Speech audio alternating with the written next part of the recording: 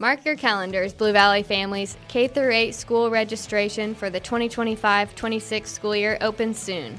Starting April 15th, register your elementary or middle school student in just a few clicks and set them up for a great year of learning, growth, and new experiences.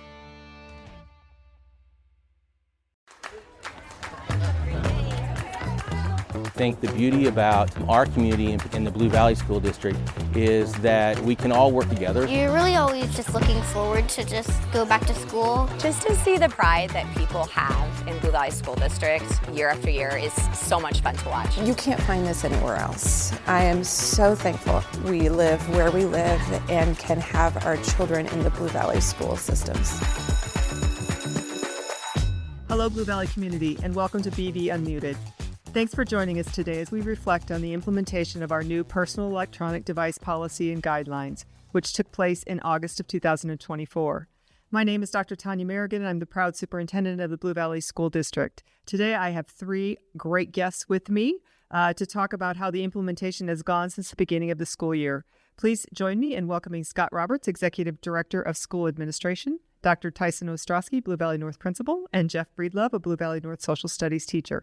Thank you all for joining me today. Thank you. Thanks. Back in August, our Board of Education approved a new personal electronic device policy, but the discussion around personal electronic device use in the classroom began long before August, and it really originated with our high school administrators and teachers who saw the need for a consistent classroom experience across all of our schools. So today, really, we're focusing on the high school experience and what it has looked like there. The goal for this new policy around personal electronic devices has been to foster an environment that prioritizes learning, digital wellness, and prepares students for life beyond high school. By refining our approach to personal electronic devices, we've worked to create the most effective learning environment possible, one where students are fully engaged, present, and making the most of their time in the classroom. I think everyone at this table could agree that technology is a major part of our daily life, regardless of whether you're a high school student or an adult in the workplace. At the end of the day, we want our students to learn how to manage device use effectively so it can only benefit them post-graduation. Before we dive into how the implementation of this policy has been going, I want to give those listening an overview of how we got to where we are today. So Scott, I'm going to start with you. You worked closely with our principals and were part of the discussion that led to this policy. What sparked those early conversations about those personal electronic device use in the classroom, and where were the concerns the principals shared about student use in the classroom? I think we've known this for a while. I left Blue Valley Southwest in the spring of 2022, and at the time we were having raging discussions about cell phone use in the classroom. We were just coming sort of out of the pandemic at that point. And so we've continued, since I've been in this role, we've continued to have conversations about the effect that these devices are having in classrooms. And for so many teachers, the challenge for them is that they didn't want to be the bad guy. And we had some teachers who had already started using, they'd use the caddies, they made it part of their classroom routine. We had other teachers who just didn't feel like they could get to that point. So this past summer, before we instituted the policy, we as a high school group got together, and we had some schools like Blue Valley North, and Tyson can talk about that had already started with their ninth graders, because they were trained between kindergarten through eighth grade that we don't use devices, and they put that in place. Blue Valley Southwest did something similar. Blue Valley Northwest did something similar. So we were already down the road of it's time to make some positive changes in our buildings, and then quite frankly, those conversations were happening, and then there was a buzz nationally around personal electronic devices, especially cell phones. And as the summer went on, we saw that there was going to be a movement potentially for our board to be able to do something. And to be honest, I wasn't quite sure how that was going to go. But the board took a bold step, and I thought we adopted a common sense policy that does allow for different stages of a student's growth to be able to utilize that. And we've seen a massive difference. It was, Jeff and I started in the school district the same year in 1995. And there are times I go into a classroom, not to age us, Jeff, but there are times I go into a classroom and I'm like, that's what it used to look like. Kids looking at each other. They're actually engaged in learning. They're not buzzing and checking every notification that's coming. They're not so stressed and pressured to do that. And so that work had already begun. And I'll give a big thank you to the board. They helped take it across the line. For so many teachers, it wasn't about I'm not the cool teacher. It's board policy. I have to do this, guys. That's why we need to do that. So I probably should have asked this question first, but just for our listeners, what is our policy at the high school level? So our policy is during class time, your device must be silenced and stowed.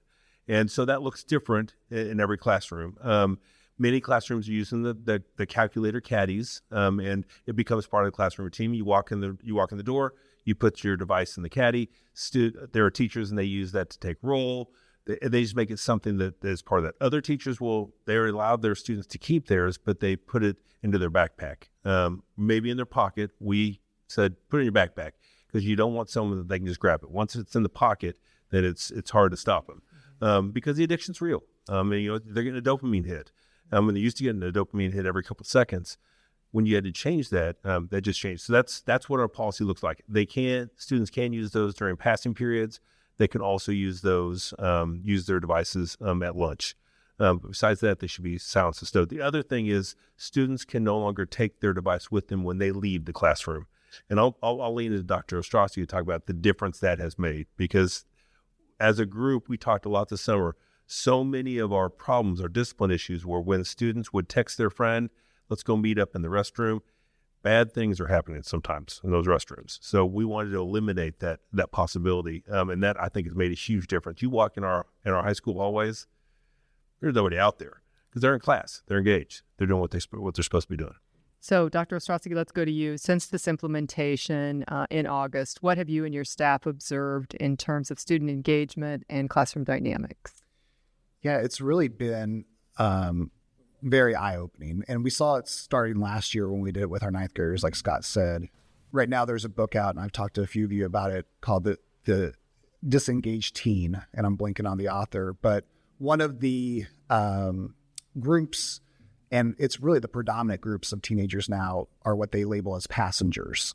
They're passengers in the classroom. They just give me a worksheet, I'll fill out really fast, because what my focus is the phone, right? Is the connection to others via this electronic device, not the person sitting next to you, but this underground world of social media. And so really what we have seen on our end is reclaiming what the focus is during instructional time.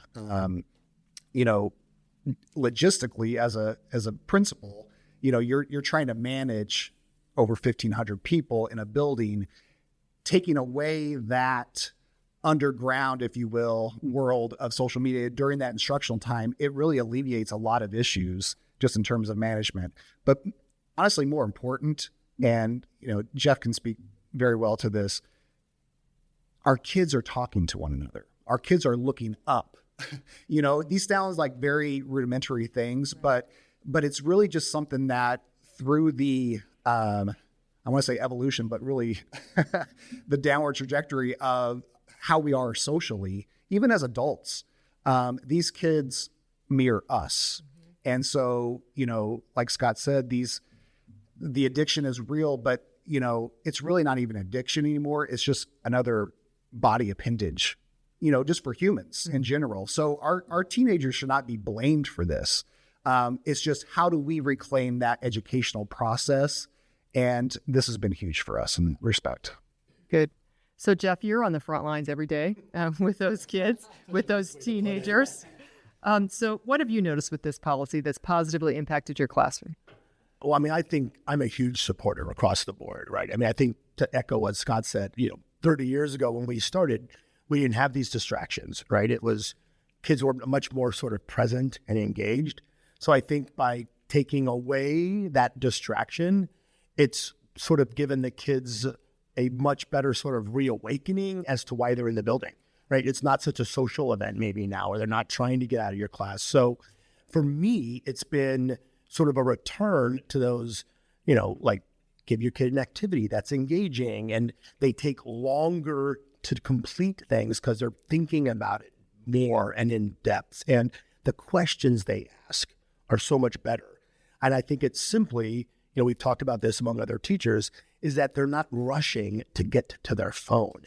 Before, if you had them even in their backpacks, they buzz. And as soon as they buzzed, I do agree, it's like a Pavlovian response, right? They have to go to it. And so by removing them, and I'm a caddy guy, right? It says in my every day, it's like, put them away, put them away. So kids don't even complain about it anymore. I think they recognize that they're like the activities they're doing can't be done on their phone, right? It's you and I looking at each other and having these conversations. So I think the engagement just across the board is kind of returned to those days when, I write on the board more. Kids are asking questions. I get them up to the board. I mean, it's much more dynamic without their phones. How do we help teenagers understand the digital wellness and managing that relationship with technology? Because we talked about we want our policy to prepare students for life after. So they're going to leave us in 4 years from high school, right? And nobody's going to be telling them to put their phone in a caddy at work. Yeah, and I think it's sort of imperative for us to prep them for that, right? My youngest is a senior in college, and, everything is on their laptop. I mean, they have to be able to use it wisely. But, first of all, I think that teachers and all adults need to sort of lead by example, right? If, my phone is turned off, I don't go check it during class. I'm not the guy. So I think that just right off the bat, they see that, well, my teacher's not on their phone, then there's something going on. But I do think that there is a way for them. We talk about it in my class all the time. I have seniors as well. And, I'm the guy who's sort of like, put it away. But then we do use it. And I'll say, go grab your phone real quick and look this thing up. But their laptops have sort of taken the place of that, right? So they're able to do online things they weren't before we were one-to-one. And so now their phones, if they're away and they're zipped up and they don't rush to them. So having that conversation, though, talk to them all the time about it. And, one of our other teachers, our psych teacher, Ann Salambini, gave us all, a Psychology Today study that showed, and there's that West Point one, right, that phones lessen your ability to focus, to concentrate. Right? You just don't have the mind capacity to do 17,000 things at once. So I think just showing them that and then leading by example, I think that's probably the most important way to do it. Yeah, absolutely. So when it comes to digital wellness, I think as educators, we have to show our kids the value of physical engagement, of just being present. And, we are in a society that, what is it in it for me, right? And I'm not even saying this in a bad way, but as high school students, you're telling me not to use my phone. Why? I have all the answers right here. Okay, we have to show them the value and the enrichment of working together in a team, client-connected projects, actually interaction, eye to eye, shaking someone's hand, for them to feel that. And I think that's a thing that's kind of been lost is I get my emotions are tied to this device. I'm sad because of this thing that I see posted, or I'm happy because I see this thing, whatever. But we need to reclaim the physical world, so to speak. And I think that's kind of the challenge for classrooms today. But, I think as adults, like you just said, Jeff, we have to mirror that. We have to model that for them. We all have a relationship with our phone. Adults, children, students, we all do. So part of our role is how can you have a productive and positive relationship with your phone, not a detrimental relationship with your phone. And part of our policy where we still allow some at passing period, a little bit at lunch, that process at least knows in a meeting, if I'm at a Board of Education meeting and I'm expected to speak and all of a sudden I stop and say, oh, hold on real quick, and I start looking at my phone, you're going to have a conversation with me. You're going to say, Scott, that's unacceptable. Right. So we all have to understand what that professional approach is. And so, I like the stair-step approach we have in our school district. You start elementary, there are just 0 phones. You go to middle school, those phones are in a locker. They are not seen for the entire day. Then you come to high school and it's a little more lenient, but during that focused class time, it's not lenient, but it allows people to have what we were hoping our students to have a productive relationship with that phone. As Jeff mentioned, I also have a senior who just graduated from college and everything. She's home 2 days a week now. She's working for a company. She's on Teams. Right. And that Teams, if you're not clocked in on your Teams during that time, you're not producing. So I think understanding that positive relationship with the phone, that professional relationship with the phone is something that's really important for us to still teach our kids. The other thing is that kids get to their phone for every answer, right? They think the answer is on their phone. And so I think as a teacher, it's sort of made us refocus less on the what and more on the how. right? I can look up an answer to a what question, but it won't teach me how to write an essay or to have a conversation or to read a book in depth with comprehension. So I think that the process, absolutely, so removing them, I think, has then taken away that crutch of the what. And then now they can have to focus on the how or the process. So we've talked a lot about what teachers are doing in classrooms, what you as administrators are doing. How can our families support their students in managing that device use in a way that can also help educators foster and maintain a positive learning environment? We've had a conversation all year. I don't believe we've had a parent or it's a handful of parents who have had really any issues. They're very supportive of the policy and what we're doing because they see it at home. I'm a parent. I have 4 children. My youngest is getting ready to graduate from high school. So I see what it looks like at home. I think whenever you can find time to have limits, to sit down and eat dinner. I know we lead busy lives, but to everybody, that includes us as adults, put your phone away just for a minute and have that conversation. I think that's really important. Providing some limits to your students and to your children, I think, make a big difference. Parenting's hard, and children are very whiny about their phones if you try to limit them. Very, very whiny. And they will break you down and beat you down about those phones. But that time, even if you can carve out just a little bit, let's work on a puzzle. Let's play cards. Those analog activities are so important for children. I mean, Jeff alluded to that. In the world of now artificial intelligence, the more analog thing we can do, what's going to make you marketable? If you can do something that can be looked up in less than a second, and that's all you know how to do, that's not going to make you very marketable. I would also say, it's really easy to look on Parent View and just see what the grades are, and that's going to give you some data. But to really kind of drill down and ask, so what are you learning in this class? What did you do today in terms of an activity? And actually having that student verbalize what they went through. Going back to what Jeff said, we have to show our kids what the purpose is for whatever they do in the classroom, and by having conversations with your kids on why are you guys doing that? Having the kid kind of think through that. I mean, hopefully they can come to some sort of reason why, but, really kind of engaging in a conversation more than just the grade piece. Again, that alleviates that passenger of, oh, it's good or it's fine. And I have an A, whatever, getting more into the process piece. I would just say that parents need to probably be trained just like the kids do, right? I mean, they're so reliant on being able to text their kids and get an immediate response that I know a lot of teachers I included at back to school night, it was very clear, like, hey, your kid's not going to have their phone for 90 minutes. So if it's an emergency, call the front office, right? Don't expect them to answer you and then get mad at them if they don't, right? So I think just sort of re-educating parents to the fact that, during school, they should not be communicating with you freely throughout the day. There's a time, right? You got lunch, you got passing periods. Or I even tell my kids, if you know something is imminent, like you've got a situation at home and someone's going to be, just let me know. And then if it happens, like step into the hallway. That's the relationship with your phone, right? Just tell me ahead of time. Well, this has been very insightful conversation. I appreciate you guys sharing your thoughts on how the first year of this implementation has gone. As I walk through the halls, I would say absolutely it has been a success this year. I applaud our board for the policy. I also applaud our administrators and teachers at all grade levels for really implementing this and kind of doing this with fidelity, because I think it's important. And I think that's one of the things that's created some consistency for us. It's clear that this implementation has been an important step in fostering a learning environment that prioritizes engagement, digital wellness, and preparation for life beyond high school.